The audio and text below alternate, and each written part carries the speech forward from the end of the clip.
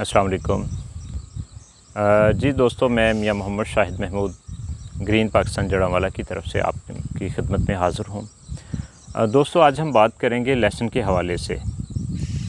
अभी जो है जून का महीना चल रहा है, तो अभी हमारे पास लहसुन लगाने में काफ़ी वक्त है।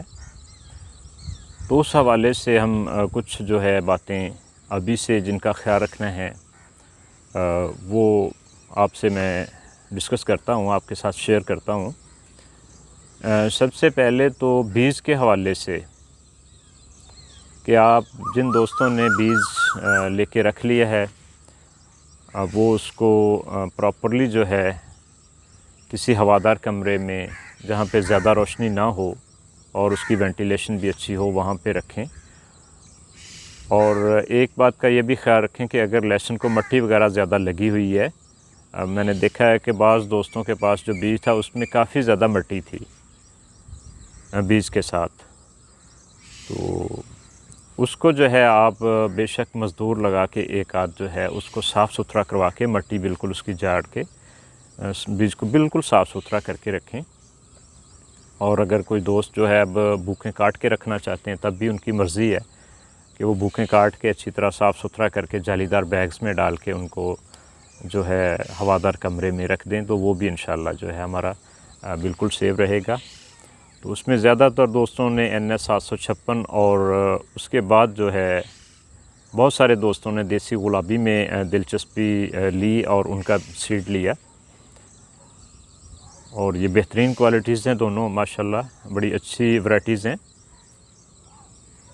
और उसके बाद हम अभी थोड़ा सा तैयारी के हवाले से देखेंगे कि हमने अपने लहसुन के लिए ज़मीन की तैयारी जो करनी है उसको किस तरह से मैनेज करना है। सबसे पहले तो हमने इस बात का ख्याल रखना है कि जो ज़मीनें हमारी खाली पड़ी हुई हैं, अभी वक्त है, टाइम है, अभी हमारे पास जुलाई और अगस्त का 2 माह पड़े हुए हैं, तो उसमें हम जंतर लगा के काश्त करके वो रोटावीट कर सकते हैं। और जंतर में बेशक गवारा डाल दें। अगर तिल जो है वो भी काश्त करके जो है रोटावीट करना चाहें तो ज़रूर करें, ताकि जो हमारी ज़मीनें हैं वो बेहतरी की तरफ चली जाएं, उनके अंदर ऑर्गेनिक मैटर बढ़ जाए। और स्पेशली वो ज़मीनें जो कलराठी हैं और वहाँ पे मेरे फार्मर भाइयों के पास मतलब अल्टरनेट नहीं है, उनकी ज़मीन कलराठी है और उन्होंने लहसुन का मतलब इरादा कर लिया है कि लहसुन लगाना है, तो उनके लिए सबसे अच्छी ऑप्शन ये होगी कि अभी जो टाइम बच रहा है, अगर फसल नहीं लगाई हुई उसमें, तो इसको इस्तेमाल करें इस वक्त को, और उसमें जंतर गवारा या तिल ज़रूर काश्त करें। और काश्त करके जो है 50-60 दिन के बाद इतना हो जाएगा, 1.5-2 फुट 3 फुट तक चला जाएगा वो, तो उसको जो है आप ज़मीन के अंदर रोटावीट कर दें। उससे ये होगा कि ज़मीन का ऑर्गेनिक मैटर भी बढ़ जाएगा, ज़मीन का सख्तपन भी बढ़ जाएगा, कम हो जाएगा, और इसके साथ साथ ज़मीन की ज़रख़ेज़ी बहाल हो जाएगी। और फिर जो ज़मीनें ज़्यादा ख़राब हैं, आप समझते हैं कि ये बिल्कुल सख्त हैं, पानी नहीं पी रही, कलराठापन ज़्यादा है, तो उसमें आप जो है ग्रीन पाकिस्तान का तैयार करदा प्रोडक्ट रिक्लेमर जो है वो आप ज़रूर डाल दें, ताकि जब तक आपने लहसुन जो है वो लेना है तो आपकी ज़मीन बिल्कुल जो है वो भुरभुरी हो चुकी हो, वो शक्कर की तरह हो चुकी हो, और उसमें आसानी से जो है आपका लहसुन लग सके, ताकि आप उस फसल का बेनिफिट ले सकें।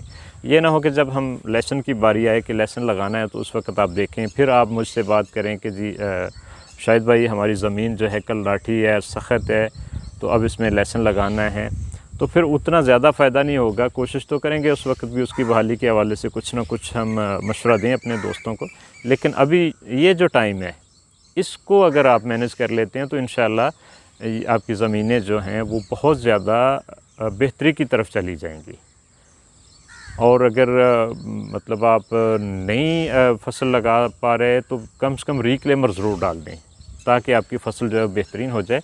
अच्छा मशवरा तो मेरा यही है, बेहतरीन ऑप्शन यही है कि आप उसके अंदर जो है कोई ना कोई फसल काश्त करें। तीनों फसलों में से जंतर है, गवारा है, तिल है, इनका वक्त है अभी।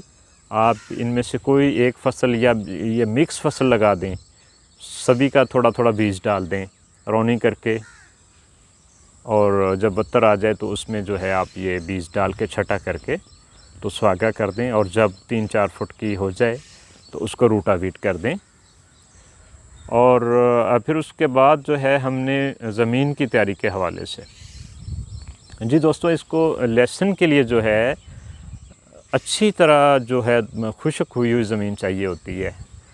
तो उसमें आप जो है कम से कम 15-20 दिन पहले, महीना पहले इसकी तैयारी शुरू कर देनी है आपने। सितंबर के आखिरी हफ्ते में लगाना है अगर मौसम नॉर्मल हो गया। अगर मौसम गर्म हुआ तो फिर हम अक्टूबर के पहले हफ्ते में लगाएंगे और ये आइडियल टाइम है। तो आपने कोशिश करनी है कि इसको पहले जो है कम से कम 20-25 दिन, महीना पहले इसकी तैयारी शुरू कर देनी है, ताकि आपकी ज़मीन जब आपने लहसुन लगाना है तो बिल्कुल अच्छी तरह से खुश्क हो। अगर गीली ज़मीन को आप तैयार करके लगाएंगे तो वो ज़मीन जो है सख्त हो जाती है, घुट जाती है।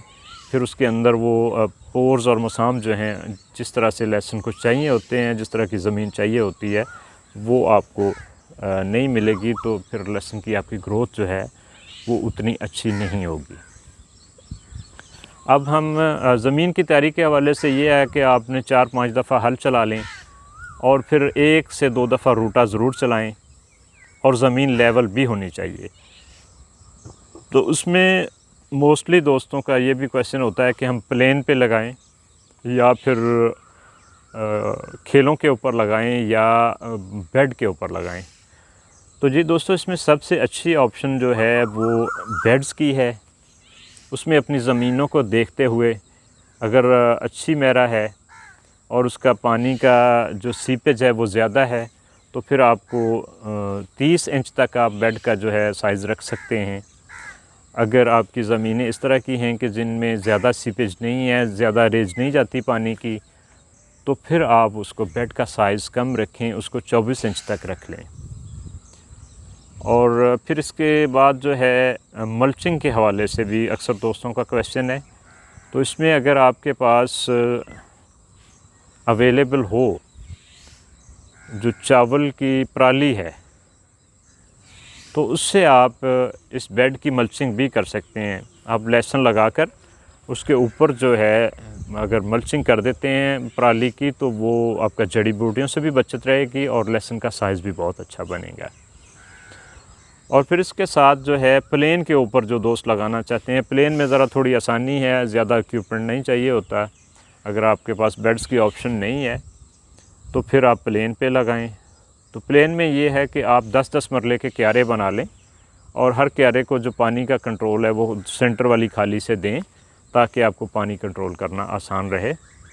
और इसमें एक बात और भी ज़हन में ज़रूर रखें दोस्तों कि लेज़र जो लेवल है ज़मीन का वो अच्छी तरह से होना, हमवार होना बहुत ज़रूरी है, ताकि आपका पानी जो है कहीं पे ज़्यादा और कहीं पे कम ये मसला ना बने, वरना फिर लहसुन जो है अफेक्ट होता है। चूँकि लहसुन में अगर पानी ज़्यादा देर खड़ा रहता है तो इसकी ग्रोथ रुक जाती है और ये फिर मरना भी शुरू हो जाता है। और उसके बाद दोस्तों जो है इसका क्या रखना है। जी दोस्तों, जिन दोस्तों ने तो आम मार्केट में लेके जाना है, इसको राशन के तौर पे यूज़ करना है, वो 6 इंच रो टू रो और 4 इंच पौधे से पौधे का फासला रख लें तो बेहतरीन है, बड़ी अच्छी प्रोडक्शन देगा। और जिन दोस्तों ने सीड के लिए तैयार करना है, उनका जहन है कि आगे हम सीड के लिए तैयार करना है हमने, तो उसमें दोस्तों फिर आप इसको बेहतर तो ये है कि आप जो रेस बेड है उसके ऊपर लगाएं, खेलियों पे ना लगाएं। बेहतर यही है कि रेस बेड के ऊपर लगाएं। खेलियों में पौधों की तादाद बहुत कम हो जाती है और उस तरह से प्रोडक्शन जो है वो काफ़ी ज़्यादा कम हो जाती है। और अगर प्लेन पे लगा रहे हैं और वो सीड के हवाले से उसको तैयार करना चाहते हैं, तो मैं रिकमेंड करूँगा कि जो फासला है 6 बाई 6 कर लिया जाए। रो टू रो भी 6 इंच हो और पौधे से पौधे का फासला भी 6 इंच हो, तो वहाँ पे आपको बेहतरीन रिज़ल्ट मिल जाएगा। और उसके बाद हम इसकी लहसुन के हवाले से खादों की जो मिकदार है वो भी देख लेते हैं कि इकनॉमिकल सा जो एक प्लान है, आप इससे कम ज़्यादा कर सकते हैं। ज़रूरी नहीं है कि आपने 100% यही डालनी है। तो उसमें 1 बोरी DAP जो है और 1 बोरी पोटाश जो है 50 kg वाली, वो आपने बजाई के वक्त डाल देनी है। और फिर लहसुन लगाने के बाद आप कोई भी वीडीसाइड जो है वो फ्लड कर लें या स्प्रे कर लें, स्प्रे करके पानी लगा दें या फिर पानी के साथ फ्लड कर लें, जैसे आपको आसानी हो। उससे ये है कि आपका 1 महीना जो है तकरीबन वो जड़ी बूटियों से बचत रहेगी। उसके बाद फिर गोडियाँ शुरू हो जाएंगी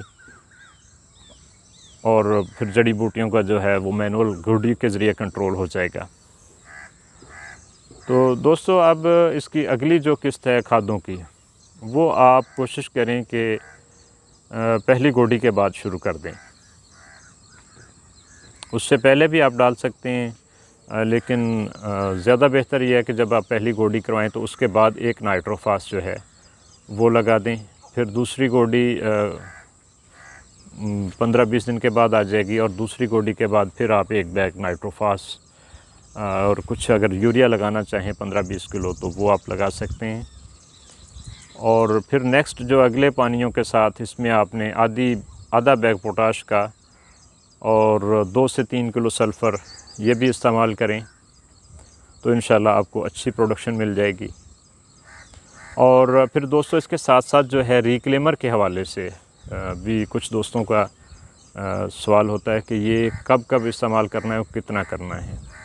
तो इसमें दोस्तों, अगर आपने बहुत अच्छी प्रोडक्शन लेनी है, बेहतरीन साइज़ लेना है, जैसा कि पिछले सालों में भी काफ़ी सारे दोस्तों ने लहसुन का बहुत अच्छा साइज़ लिया, तो वो रिक्लेमर का जो इस्तेमाल है कम से कम जो है 4 कैन करें और कोशिश करें कि उसको जब आपने पहली गोडी के बाद खादें शुरू करनी है उस वक़्त लगा दें।